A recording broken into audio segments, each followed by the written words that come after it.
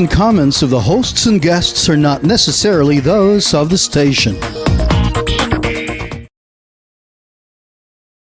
For a Radio Bandido special. Please stand by for a Radio Bandido special.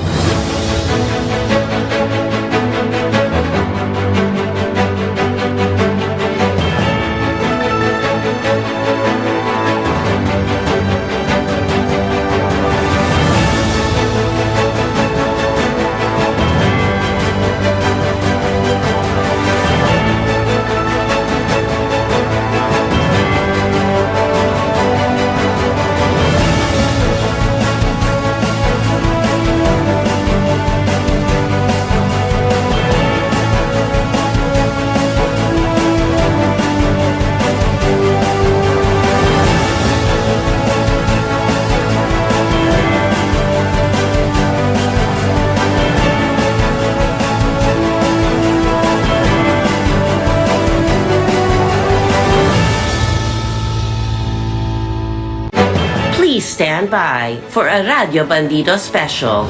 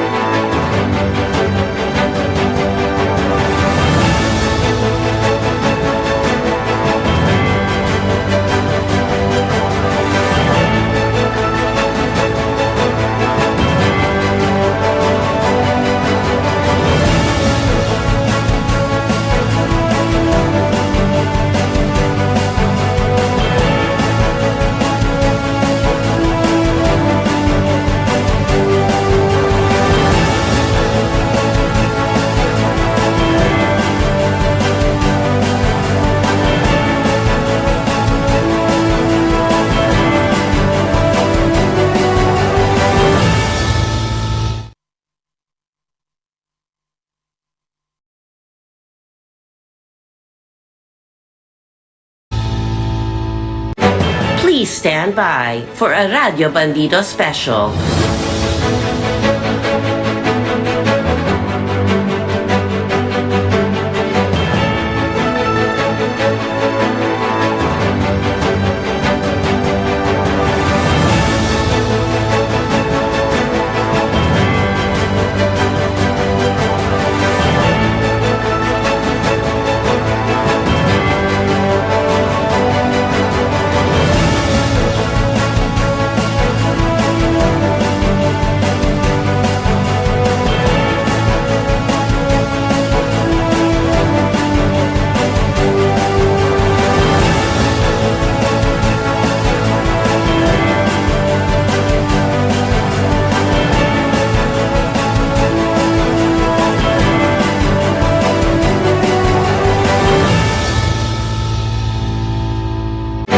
Please stand by for a Radio Bandido special.